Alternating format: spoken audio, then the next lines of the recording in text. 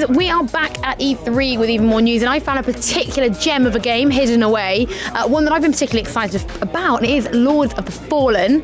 Now, this game has it's got challenging basically stamped on its forehead. Thank you. Before we get into kind of the details of the game, as a studio, when you're making a game, how do you make a game challenging and not frustrating? Because that's a fine line to walk. And it's extremely good question, because I perceive that part of our job as the most challenging. Yeah. Seriously, because what we try to do is we try to break down all the elements of the games that we've been looking up to and that we've been using as a reference. And then we came up with an idea, let's create our own scale of between challenging and punishing, or rewarding and frustrating, however we call that. And then we said, okay, so let's seek examples. And we actually managed to find a few environmental deaths, the frequency and distribution of checkpoints, for example, and so on, a lot of things. And then we said, let's reduce or remove certain parts of that, trying to make sure that we keep the level of the challenge intact.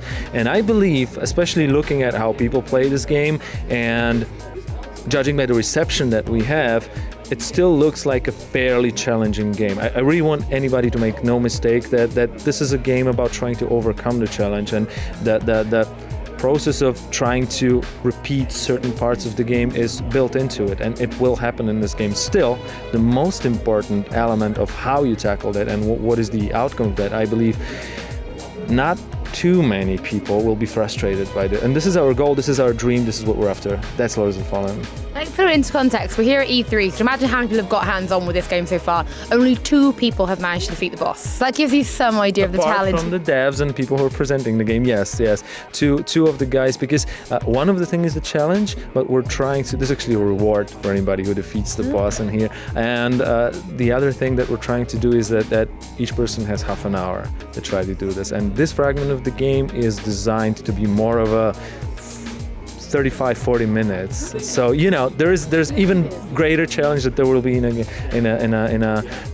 game itself, in a final game itself. So it's interesting. The game itself is very high fantasy. The demo we've been playing is kind of set in a castle environment, all very closed in. Is the game quite closed in, or does it open out into kind of area spaces? It's both. There are the 3 main worlds in this game, and each one of these worlds is a different setting in terms of the feel and the mood, and each one of them includes more open or more closed environments. So generally it's a mixture, and we believe, and while designing this game, it was important for us to make this feeling of changing and dynamics quite important. So when you're walking through the main part of the game, you will feel that sometimes it closes down, and sometimes it's open up, and you will get that feeling of narrowing down and opening up. And generally it works like the world of the game is, there are more of fragments of it and then sub-worlds, however we call them. But when you open up a new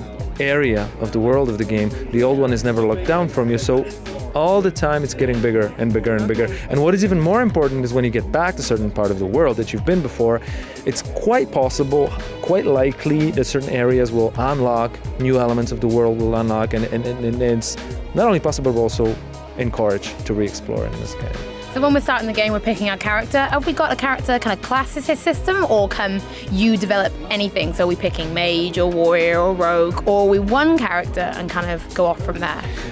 There is a class system in this game, but the character development in Lords is based on 3 main elements. One of them is the magic, the supernatural powers, extremely powerful, and I think very spectacular in terms of look as well. The other one is attributes and the statistics of a character, and the third one, I think the most complex one, is the gear, the weapons, the armor, the shields that you use. You craft them, some of them have perks, a lot of stuff, and only one of them is bound to your class. So there is warrior, cleric, and rogue, and each one of these classes have different type of magic, because we believe that that's what we wanted to make manifest the playing style of players. So when you choose warrior, for example, you're going to be a brawler who gets in a crowd of opponents. Well, crowd of opponents in this game is 2 or 3. Anyways, if you do that, you can get a hit, but you deal more damage. That's warrior. If you're a rogue, that means you want a very quick, efficient, and stealthy assassination. That is going to be that type of magic.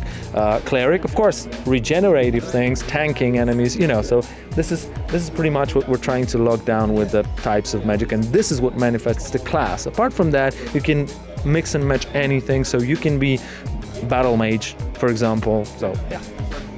That sounds pretty good, actually. The weapons we're seeing then, are we just able to find weapons from defeating enemies, or do we get certain weapons and can we level them up? Or is it, actually, I've out-leveled this weapon and now it's no good to me, anything stronger? There were two questions in here. See what I did there? I'm trying to confuse, I'm trying to throw him off. Almost got me. So answering to one of these questions is some of the weapons you will find, most of the weapons you will find in certain predetermined locations. Okay. And the other thing is, and some of them will drop from the enemy. So it's a mixture, but generally more on the side of everything being distributed in certain parts of the world, in chests and secret areas and all that.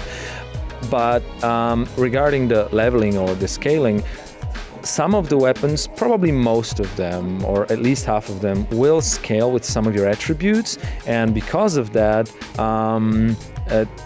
for some of the weapons, it's not possible to out-level them because the damage will always grow with you. And that means that there are weapons that are efficient and are worth using till the very end of the game, if you even find them at the beginning. But it all depends on your playing style, because the stats of the weapon is just only one of the factors that there is, because each weapon has a different moveset. And there is also a different element of tactics and strategics in this game, so you might want to... It's complex. Sounds good though. So when we are attacking, how do we do? Have we got stamina? Do we have sort of classic MP for when we're using magic? How does that work? We do have hit points, we do have energy points, and we do have mana points, magical points, however we call them. And it all depends on types of actions that you use. Of course, hit points, that's easy. You use them for taking damage. That's a nice way of putting it. You use them for taking damage. Never heard that one before. Anyways, energy is, of course, most of your actions consume that, even blocking, for example. And I believe management of the energy is one of the most important elements of Lords, especially for people who have not played a lot of games like this. When I've seen a lot of people, that's the first hands-on wargaming, so it's a very interesting experience for me and for all of the dev team people that are here. And a lot of people who don't know that type of games, it's like, because this is going to be one of the first and one of the most important tutorials in the game, that energy is very important. When they don't, because this build doesn't have the tutorial, we need to tell them because they don't know, and trying to manage this is so important. Also, like things like locking the camera, this is also an important element of this game. So and magical points are really interesting, because one of the things that you use them for is spells. Spells are by design and by far the most powerful element of how you fight. Of course, there are weapons that deal huge amount of damage, but spells, they're always something that is very that is used in the most tight situations. When things spike, when difficulty spike, you can always try to use a spell. It consumes most of your magical energy. Of course, if you level it up, you have more of that still. And there's also a gauntlet, very interesting, unique, and one-of-a-kind magical weapon that you have. And you have different modes of that gauntlet. Each mode can be crafted in a different way, so there's a lot of combinations, but Gauntlet also uses the same magical energy, just smaller amount of it, and it also, the damage of that increases with your magical stats, and so on and so on and so on. Did I mention it's complex? Yeah. It is getting complex, but that's also some of the charm though, right? You can sit and get lost in this. It's like a thick book. Yeah. I like to think of it as a thick book, because there are elements of Lords for these people who like to treat games like a action movie, sit down, let me be entertained. There's that, but like the complexity of the mechanics of the game, it's more of for those people who like to read through 600-page instruction before they actually sit down to the game. Yeah, this is for them. Okay. Now, the final question, I'm afraid, is going to be one you probably get quite a lot. If someone watching this is a particular fan of a game, maybe a game like Dark Souls, go on. Would you say this is their kind of game? Do you think this maybe, if you play these kind of games, Lords of the Fallen is for you? Yeah, I think one of the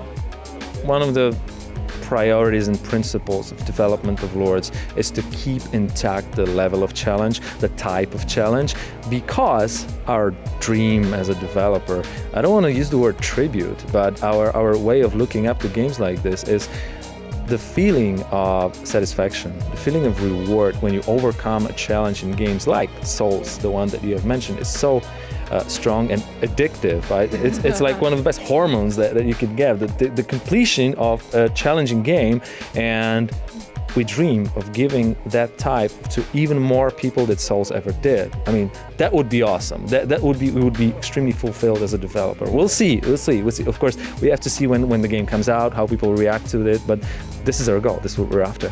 It's a really good goal. It's a really good goal to have. Thank you so much for your time. Thanks Lords of the Fallen is looking amazing. We hope to have loads more of it on the channel soon. You guys can stay tuned because there is loads more coming up from E3.